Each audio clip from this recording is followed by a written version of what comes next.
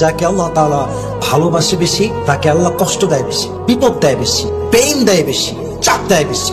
এখন প্রশ্ন হচ্ছে, হুজুর আমরা যখন কাউকে ভালোবাসি আমরা তাকে আদর দিই, যত্ন দিই, লাভ করি, কেয়ার করি, ভালো জায়গায় রাখি, যত্নে রাখি, কষ্ট দেই না।